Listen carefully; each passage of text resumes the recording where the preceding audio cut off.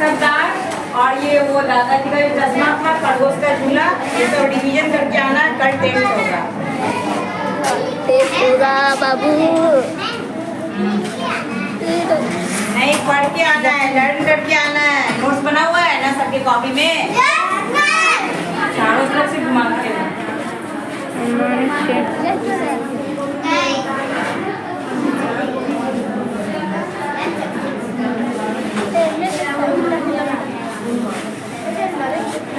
पूजा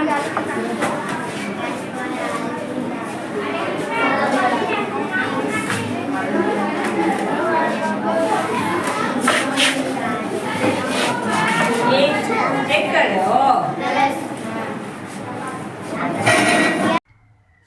आज हम शुरू करते हैं हमारा पहला चैप्टर, हमारी भाषा। पहले क्या होता था कि आदमी को भाषा का ज्ञान पहले नहीं था। पहले के ज़माना में आदमी संकेत से काम चलाता था। जैसे कि खिलाड़ी को अगर खेल के लिए रुकना रहता था तो सीटी बजाना पड़ता था। अगर रेलगाड़ी को इशारा दिखाना रहता था तो सीटी बजाया जाता था। तो ये सब संकेत होता था। संकेत कोई भाषा नहीं होता है। तो पहले के ज़माना में आदमी संकेत से काम करता था। उसके बाद भाषा को दो रूप में विभाजित किया गया, एक मौखिक और दूसरा लिखित। अब सबसे पहले हम ध्यान देते हैं कि मौखिक भाषा क्या होता है। मौखिक भाषा में आदमी बोलकर हर चीज़ को प्रकट करता है।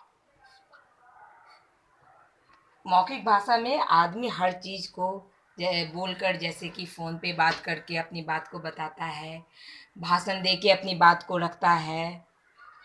तो इसे कहा जाता है मौखिक भाषा। और दूसरा क्या है? लिखित भाषा। लिखित भाषा में आदमी अपने मन की बात को लिख कर प्रकट करता है। जैसे कि किसी को अपने मन की बात बताना है, अपने माता पिता भाई बहन, तो पत्र के माध्यम से हम बताएंगे। या किसी को कुछ बोलना है तो लिखकर हम प्रकट करेंगे। तो ये होता है लिखित भाषा। तो भाषा कितने तरह के होते हैं? दो तरह के होते हैं, मौखिक और लिखित। ऐसे तो हमारे देश में अनेक तरह की भाषाएं बोली जाती है। हिंदी, कन्नड़, अरबी, फारसी, ब्राज़ील, अनेक तरह की भाषा बोली जाती है। लेकिन सबसे ज़्यादा जो भाषा बोली जाती है वो है हिंदी।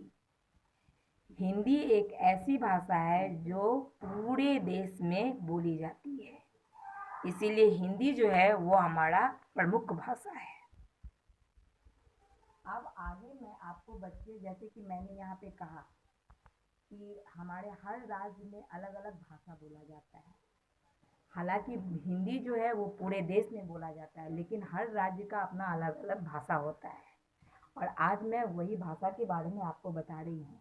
जैसे पंजाब में पंजाबी बोला जाता है, महाराष्ट्र में मराठी बोला जाता है, बिहार में हिंदी बोला जाता है, केरल में मलयालम बोला जाता है, तमिलनाडु में तमिल बोला जाता है, असम में असमिया बोला जाता है, तेलंगाना में तेलुगु बोला जाता है। इसी तरह से असम में असमिया बोला जाता है, बांग्लादेश में बांग्ला बोला जाता है। विभिन्न देश का विभिन्न भाषा है। तो बच्चों, ये सब हुए राज्य और उनके भाषा। अगर इतने दूर में आप लोगों को कोई इस चैप्टर में कोई दिक्कत हो तो आप पूछ सकते हैं।